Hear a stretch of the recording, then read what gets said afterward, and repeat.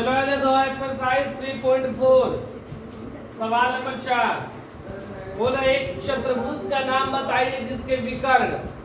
चतुर्भुज बहुत तरह के होते हैं जैसे समानांतर चतुर्भुज, समचतुर्भुज, वर्ग, आयत, समलंब चतुर्भुज, बहुत तरह के समचतुर्भुज है। अब बोल रहे हैं उस चतुर्भुज का नाम बताइए जिसके एक दूसरे विकर्ण जो है पाला में एक दूसरे को समविभाजित करते हैं। विकर्ण एक दूसरे को समविभाजित करते हुए कौन कौन से चतुर्भुज है? ठीक है, कौन कौन से हैं? समानांतर चतुर्भुज के विकर्ण क्या करते हैं? एक दूसरे को समविभाजित करते हैं, समानांतर चतुर्भुज। और कौन से चतुर्भुज है जो एक दूसरे को समद्विभाजित करते हैं, मतलब दो बराबर भागों में बांटते हैं।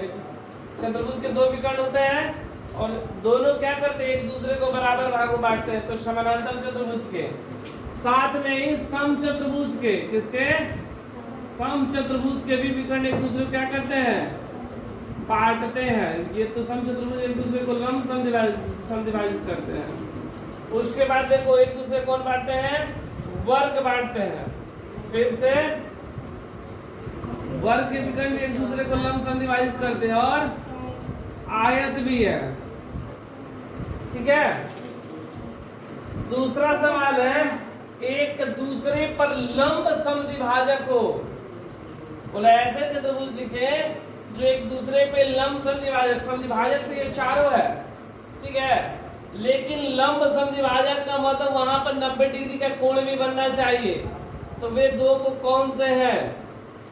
दो को नहीं, तो कौन कौन से हैं? तो देखो समचतुर्भुज के जो विकर्ण है एक दूसरे पर लंब समद्विभाजक होते हैं। कौन सा होगा? समचतुर्भुज। समचतुर्भुज साथ में कौन सा हो जाएगा? एक वर्ग। वर्ग के भी विकर्ण एक दूसरे पर लंब समद्विभाजक है। साथ में एक आयत के भी लंब समद्विभाजक है।